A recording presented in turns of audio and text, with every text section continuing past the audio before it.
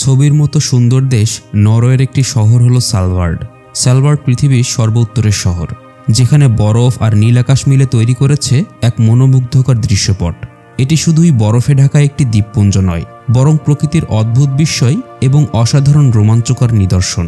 আজকে আমরা বিচরণ করতে চলেছি পৃথিবীর শেষ প্রান্তের শহর সালভার্ডে, যেখানে আপনি জানতে পারবেন সালভার্ডের সৌন্দর্য, এখানকার জীববৈচিত্র্য, এখানে বসবাসকারী মানুষের জীবন কেমন, এখানকার অদ্ভুত নিয়মকানুন সহ আরও অনেক কিছু। সালভার্ড উত্তর মেরুর নিকটে আর্কটিক মহাসাগরে অবস্থিত একটি দ্বীপপুঞ্জ। এটি মূল নরওয়ে এবং উত্তর মেরুর মাঝামাঝিতে অবস্থিত। প্রধান বসতি হল লংইয়ারবাইন, যা পৃথিবীর উত্তরতম স্থায়ী বসতিগুলোর একটি। নর্থ পোল বা উত্তর মেরুর সবচেয়ে কাছাকাছি শহরটি হল এই সালভার্ড। সালভার্ডের 60% জায়গায় স্থায়ীভাবে বরফে ঢাকা, আর 10% জায়গায় কিছু গাছপালা রয়েছে। ঠান্ডা অন্ধকার শীতের কারণে গাছের বৃদ্ধির হার খুবই কম হয়। যে সমস্ত গাছপালা সেখানে জন্মায় সেগুলো খুব কমই 10 সেন্টিমিটারের বেশি উচ্চতায় পৌঁছায়। এখানকার তাপমাত্রা শীতকালে -30 ডিগ্রি থেকে -20 ডিগ্রি, আর গ্রীষ্মকালের তাপমাত্রা -6 থেকে 3 ডিগ্রি সেন্টিগ্রেড পর্যন্ত ওঠানামা করে। কম আর্দ্রতা আর বৃষ্টিপাতের কারণে সালভার্ডকে বরফের মরুভূমি হিসেবে বিবেচনা করা হয়। সালভার্ডের বাতাস প্রায় সাহারা মরুভূমির বাতাসের মতোই শুষ্ক। এখানকার জনসংখ্যা মাত্র 2700, তাও তারা 50টিরও বেশি দেশের বাসিন্দা। পৃথিবীর যে কোনো জায়গা থেকে যে কেউ এখানে এসে থাকতে পারে আর কাজ করতে পারে। তার জন্য দরকার পড়ে না কোনো ধরনের ভিসা বা ওয়ার্ক পারমিট। তবে এই শহরে সন্তান জন্ম দেওয়া বা মারা যাওয়া দুটোই অবৈধ। এখানে আপনি দেখতে পারবেন মেরু ভাল্লুক, ওয়ালরাস, শিল, আর্কটিক শিয়াল, নীলতিমি, আর গ্রীষ্মের সময় এখানে হাজার হাজার পাখি দেখতে পাওয়া যায়। ডাচ এক্সপ্লোরার উইলিয়াম বারেন্টস 1556 সালে এটি আবিষ্কার করেন এবং ডাচ ভাষায় এর নাম দেন স্পিটসবার্গেন। 1925 সালের আগে সালভার্ড স্পিটসবার্গেন নামেই পরিচিত ছিল। সালভার্ডের প্রধান দ্বীপগুলো হল লংইয়ারবাইন, নুয়ালুসান্ড, পিরামিডেন এবং বারেন্টসবার্গ। লংইয়ারবাইন হল সালভার্ডের প্রধান বসতি এলাকা। সারা বছর 2000-এর বেশি লোকের বাসস্থান এখানে।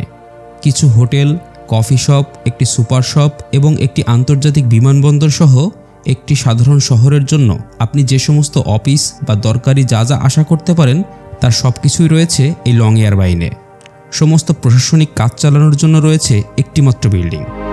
বিশ্বের সবচেয়ে উত্তরের পিৎজা হাউস, কাবাব হাউস, রেস্তোরাঁ, বার, নাইট ক্লাব, সুশি রেস্তোরাঁ সবই লংইয়ারবাইনে অবস্থিত। বিশ্বের সবচেয়ে উত্তরের বিশ্ববিদ্যালয়ের দেখাও পাবেন এই লংইয়ারবাইনে। নুয়ালুসান্ড হল আরও উত্তরে অবস্থিত একটি বৈজ্ঞানিক গবেষণা কেন্দ্র, যেখানে গ্রীষ্মকালে 35 জনের জনসংখ্যা বেড়ে হয় 120 জন। বিশ্বের সবচেয়ে উত্তরের পোস্ট অফিস এই বসতিতেই অবস্থিত। এখানকার বসতির ইতিহাসের উপর একটা চমৎকার জাদুঘর রয়েছে। বারেন্টসবার্গ হল সালভার্ডের দ্বিতীয় বৃহত্তম বসতি, যেখানে 470 জন রাশিয়ান এবং ইউক্রেনীয় নাগরিক রয়েছে। পিরামিডেন হল প্রাক্তন সোভিয়েত খনির শহর, যা সোভিয়েত ইউনিয়নের পতনের পর পরিত্যক্ত হয়েছে। একসময় 1000 জনেরও বেশি লোকের বসবাস ছিল এখানে। আজ মাত্র কয়েকজন লোক সেখানে হোটেল চালাতে এবং গাইড হিসেবে কাজ করে। আপনি যদি চান সালভার্ডের কোনো স্থানীয় লোকের সাথে আপনি দেখা করবেন, তাহলে সেটা সম্ভব না, কারণ সালভার্ডের কোনো স্থায়ী লোকই পাবেন না। সেখানে যারা বসবাস করে তারা সবাই বাইরে থেকে এসেছে এবং সেখানে বসবাসকারী কোনো নারীর সন্তান জন্ম দেওয়ার অনুমতিই নেই। প্রত্যন্ত অবস্থানের কারণে নির্ধারিত সময়ের কয়েক সপ্তাহ আগে নারীদের সন্তান জন্ম দেওয়ার জন্য নরওয়ের মূল ভূখণ্ডে যেতে হয়। সালভার্ডে মারা যাওয়া কিন্তু অবৈধ। হ্যাঁ, আপনি ঠিকই শুনছেন, সালভার্ডে মারা যাওয়া অবৈধ। এখানে কাউকে মরতে দেওয়া হয় না, আর মারা গেলেও কাউকে এখানে কবর দেওয়া হয় না। সারা বছর বরফে আচ্ছাদিত থাকার কারণে এখানে মৃতদেহ পচে না। পরবর্তীতে যা থেকে নানা রকম ভাইরাস বা ব্যাকটেরিয়ার জন্ম হতে পারে, যা এখানকার জীববৈচিত্র্যের জন্য হুমকি স্বরূপ। সালভার্ডে মাত্র 40 কিলোমিটার রাস্তা আছে, তবে এখানে আপনার ট্রাফিক জ্যামে আটকে পড়ার কোনো সম্ভাবনাই নেই। চলাচলের প্রধান ব্যবস্থা হলো শীতকালে স্নোমোবাইল আর গ্রীষ্মকালে নৌকা। সালভার্ডে মানুষের চেয়ে বেশি স্নোমোবাইল আছে। সালভার্ডে মানুষের থেকে মেরু ভাল্লুকের সংখ্যা বেশি। মেরু ভাল্লুককে তাদের প্রাকৃতিক বাড়িতে দেখতে এবং ছবি তোলার জন্য এটি পৃথিবীর অন্যতম সেরা জায়গা। এখানকার জনসংখ্যা 27-এর কিছু কম হলেও মেরু ভাল্লুক আছে প্রায় 3000টি। অর্থাৎ সালভার্ডকে মরু ভাল্লুকের শহর বললেও ভুল হবে না।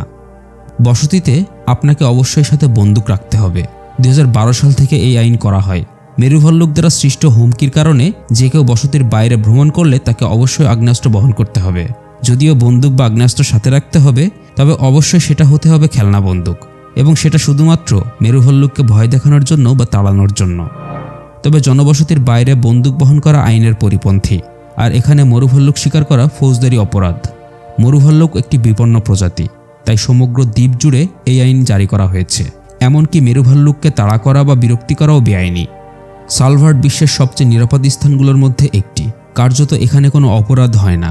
সালভার্ডকে সবচেয়ে সুখী শহর বললেও ভুল হবে না। এখানে বছরে 6 মাস দিন আর 6 মাস রাত থাকে। সালভার্ড এতটাই উত্তরে যে এপ্রিল থেকে আগস্ট মাস পর্যন্ত পুরো গ্রীষ্মে সূর্য এখানে অস্তই যায় না। আপনি কি কল্পনা করতে পারবেন যে 3 মাস ধরে আপনি শুধু সূর্যই দেখে যাচ্ছেন? আবার গ্রীষ্মকালে মধ্যরাতের সূর্যের বিপরীত হলো শীতকালের মেরুরাত। অর্থাৎ নভেম্বরের শুরু থেকে জানুয়ারির শেষ পর্যন্ত সালভার্ডে সূর্যকে এক ঝলকের জন্যও আপনি দেখতে পাবেন না। প্রতি বছর অক্টোবরের শেষে এখানে ডার্ক সিজন ব্লুস নামে একটি ফেস্টিভ্যাল হয়। এই উৎসবটি অন্ধকারকে চিহ্নিত করে আয়োজন করা হয়। অর্থাৎ যখন দিনের আলো পরবর্তী 4 মাসের জন্য সালভার্ড ছেড়ে চলে যায়, তখনই এই আয়োজন করা হয়।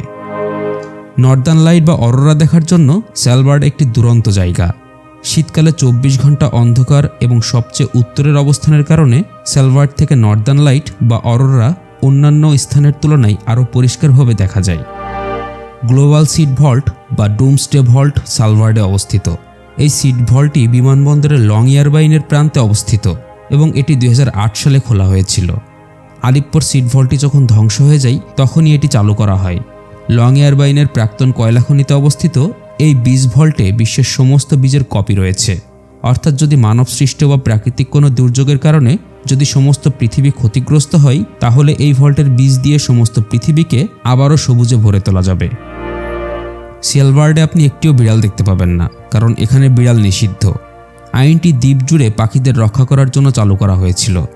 সালভার্ডে আনুমানিক 10,000 রেইনডিয়ার রয়েছে, যা তাদের নিজস্ব উপপ্রজাতি। সালভার্ড রেইনডিয়ার হল পৃথিবীর সবচেয়ে ছোট ধরনের রেইনডিয়ার, যার পা অন্যান্য রেইনডিয়ারের তুলনায় অনেক ছোট। এই রেইনডিয়ারগুলো 5000-এরও বেশি সময় ধরে সালভার্ডের বাসিন্দা। রক পিটারমিগান হলো এখানকার একমাত্র পাখি যেটা শীতকালে দেখা যায়। সালভার্ডের আইন মোটামুটি কঠিন।